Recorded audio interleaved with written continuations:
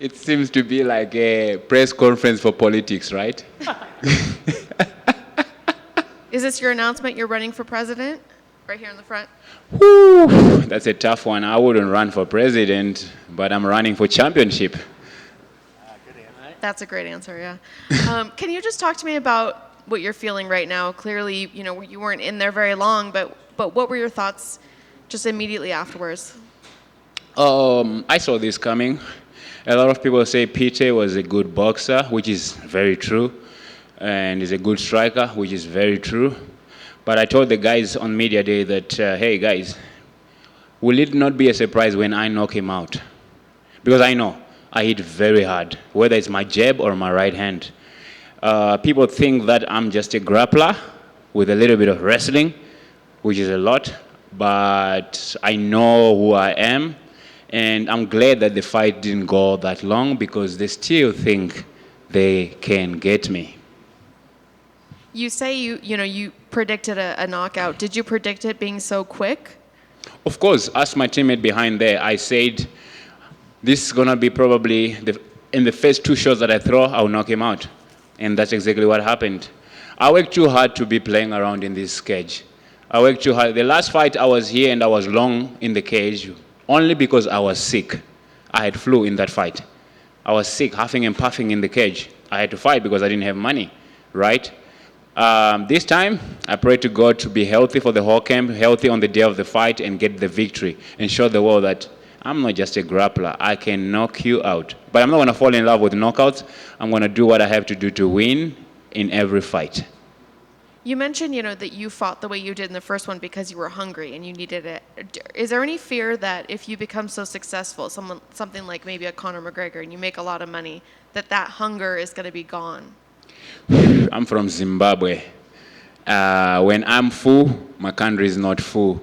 So I'm probably going to be doing some things in my country to stay hungry. Like now, I am going to Zimbabwe to build a library in my village, powered with solar power, so that the villages in my village can have the opportunity to study at night. Because, growing up, I passed my high school, but growing up, I could have done better if I could go back home and study after school, because you walk 10 to school, 10 kilometers to school, 10 kilometers back. By the time you get back home, you finish school at 4, by the time you get back home, it's dark. You don't have time to study. And the other kids are studying, and they are doing better. So I was thinking about this when I was running a few weeks ago. I was like, I can actually do that. Go there, build a big building, put solar power, and then the kids can go at night and study there. So the hunger, I don't know, man. I've got a lot of things to fulfill first before I get I get full. Does having somebody like The Rock kind of putting their whole support behind you give you extra motivation and almost a little bit pressure? Like gotta make sure I don't let you down. He made me cry before this fight. DJ, wherever you are, that was not cool, but yeah, I love him. He sent me a message just before the fight when I was backstage, and I'm sure my coaches were thinking maybe he's just in the zone, and I was crying a little bit, trying to hold my tears and crying, because you know what, having someone like him to support you, he's a global guy. Everybody knows who The Rock is, and he's a powerful man, and to have people like that support you, it puts a little bit of pressure on your side, but pressure makes diamonds. I feel like it was good. It is good for me. For me, also, it gives me a platform to also change the world in a better way. Like he has been doing, he's doing all the time. And, the platform he gives me is just also a privilege as well. When you look at it, it's a privilege, and you have to be super grateful of it. You understand what I'm saying? So I'm very happy of the support. It gives me a lot of pressure, but the pressure that it gives me, it makes me work harder. And I'm not the one to shy away from hard work. I'm here to take it all. Are you able to share what he told you, or is... My phone. I'll tell you now. Richard is my phone, my teammate. Sorry, guys, I talk a lot. It's okay. But I'm here to talk. I'm at 30 seconds in the cage, so I'm allowed to talk as much as I can. Everyone is going a decision today. So, I would not... How many notifications do you have on your phone right now? Now he's got another message from him, but I'm not going to open to you this one. But say, you were born, this was before the fight, 12:30 p.m. You were born for this moment, my brother. Best of luck today. God has blessed you. Then, I cried. Then now, it's a lot of messages and voice note. He likes the voice notes. These ones, I have to open them first. And yeah, man, it's a blessing to have him support me. You know, it is life. And one day, I'll probably be a blessing to somebody if I'm not already. So yeah, that's what I'm here for. Thank you. Bless you. Themba? Alex Bune, my good old friend. Are we doing another interview tomorrow, my brother? Yes. Definitely. So it's been a couple years since you got a finish. You finally get your first finish in the UFC. Really? Yeah, it's been since 2020. Yeah, because there was COVID. Come on, bro. You don't count the years of COVID. Come on.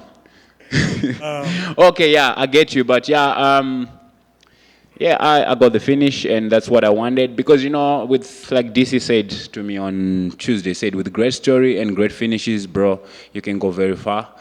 So, yeah, I'm happy, and I'm super grateful for this finish. And I intend to finish every fight. And I never come here to win by decision. Obviously, the most important thing for me here is to win. Because if you win, life is good. But when the finish comes, it's a very, very important thing, and you must be super grateful for it, because that means that God has blessed you with power in your hands.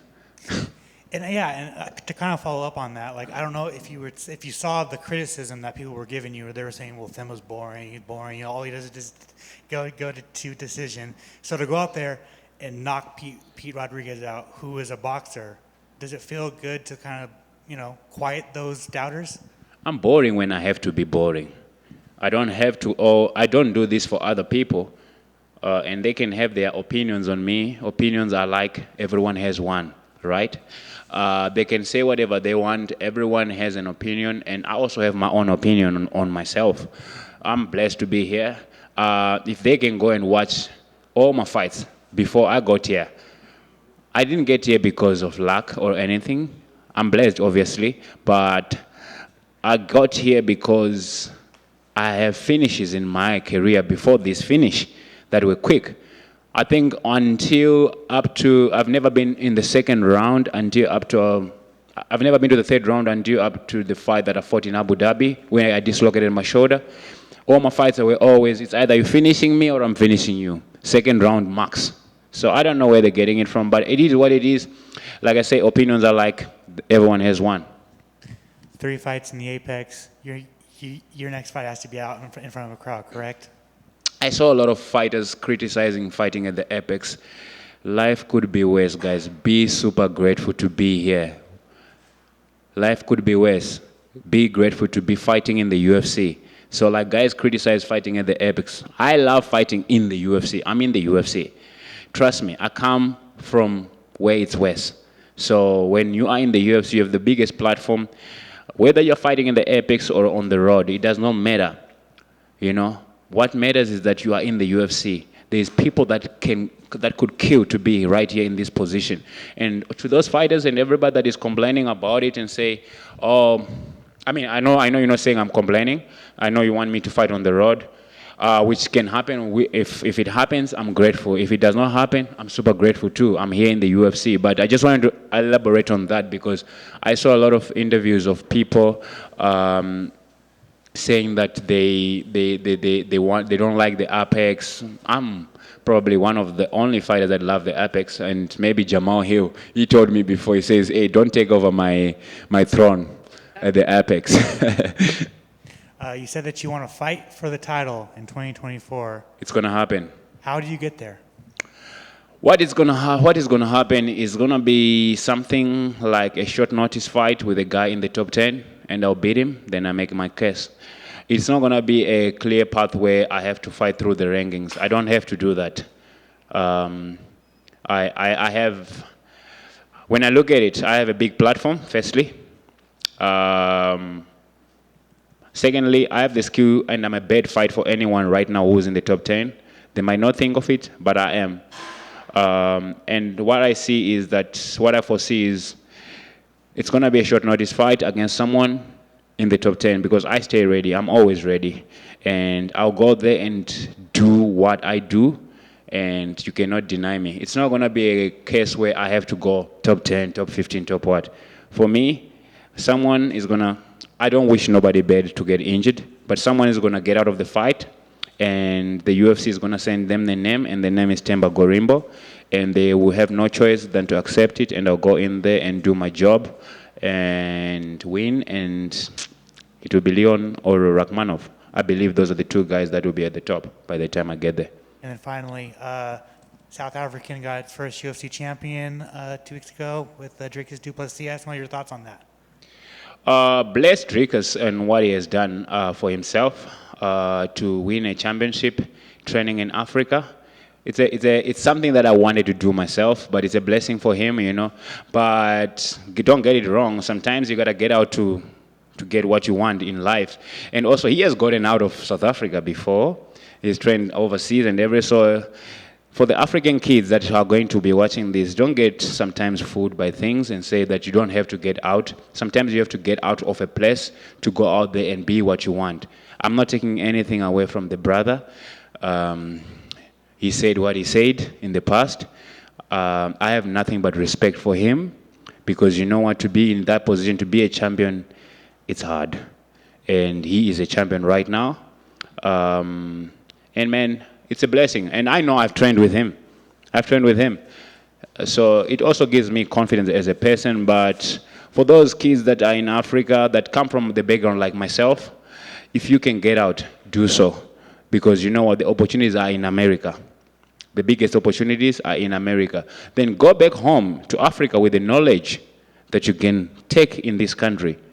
And yeah, that's what I'm here to do. And probably after this fight, I'm probably gonna get a bonus. I'm going to get a bonus, and on that bonus, I'm gonna do something. I actually want to get 3 or 4 kids to Thailand that are in Africa right now, 3 or 4 of them to Thailand. I'll pay for their flight, I'll pay for their accommodation in Thailand, for them to go there and train, because the easiest way to get a visa now, they can go to Thailand and train. Those kids, they inspired me 3 days ago. They sent me a video saying something to me. So I'm going to pay forward, not to say on public here for anything, but yeah, it's something that come up now when you say this, you know.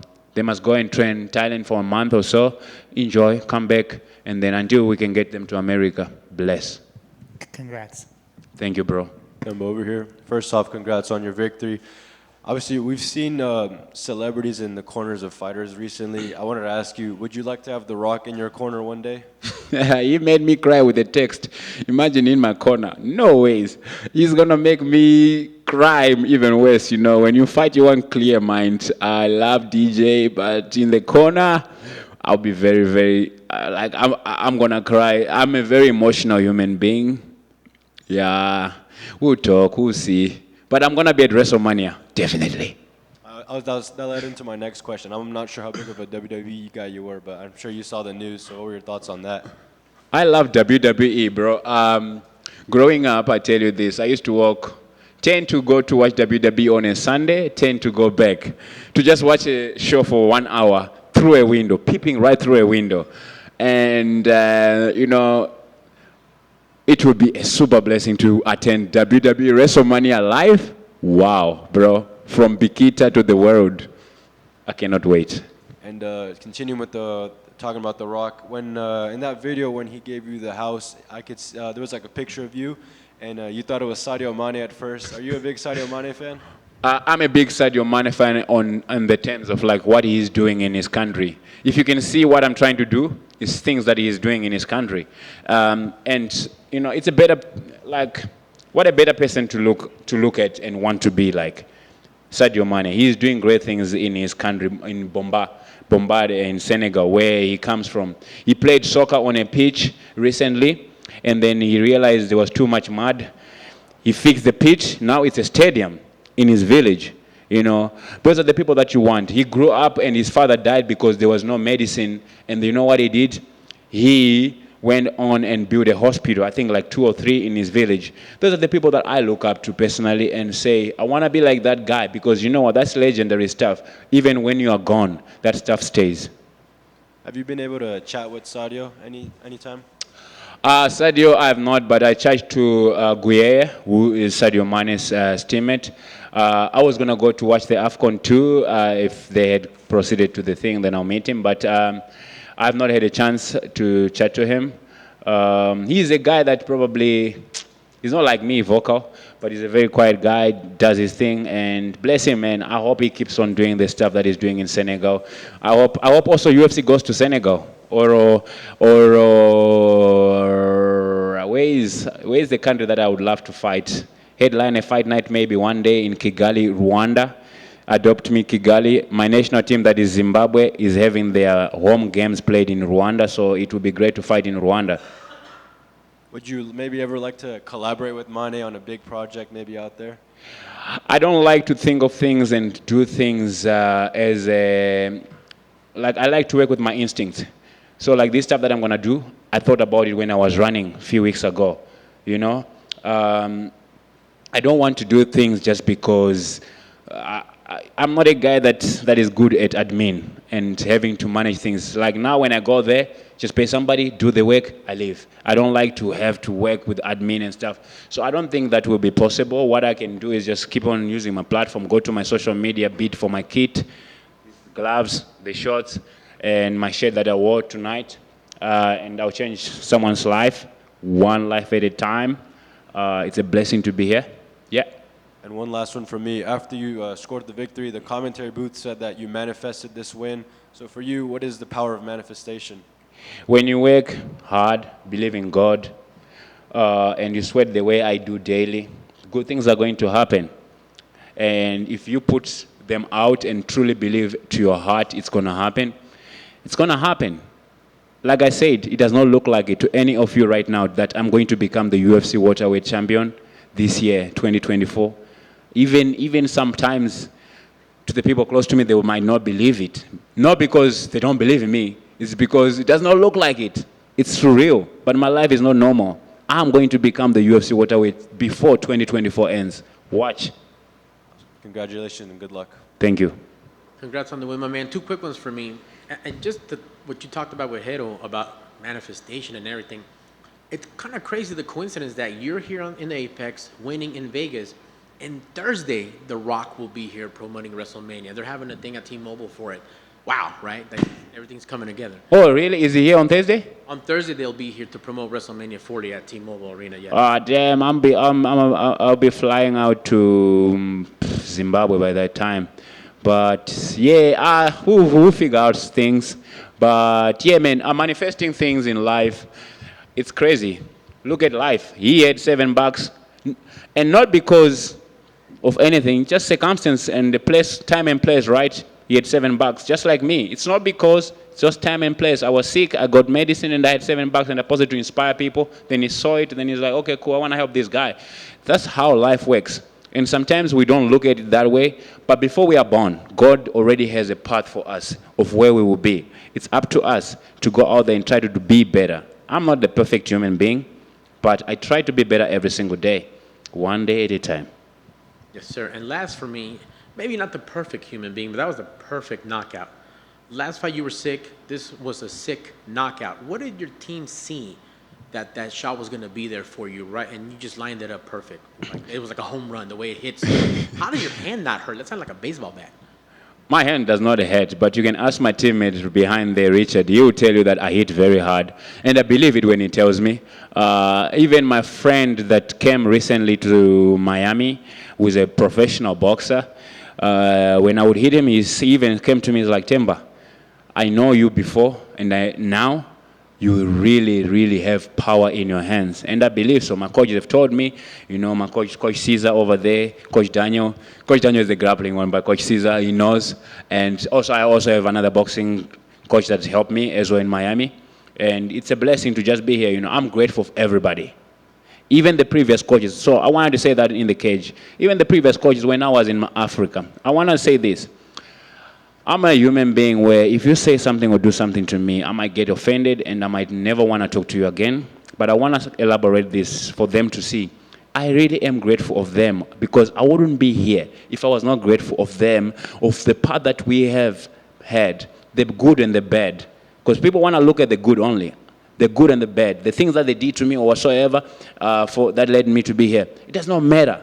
What's important is that I have had a stage in time where I shared a moment with you, and I'm super grateful of that. Even the old teammate that I had, I'm super grateful. And I want to elaborate this even when I was in the cage, because a lot of people think that, oh, now because you're in the UFC, you don't want to. No, it's just maybe you faulted me just like I would have faulted you, and I feel like it's better for me and my well-being to go separate ways. It's not because I have anything against you.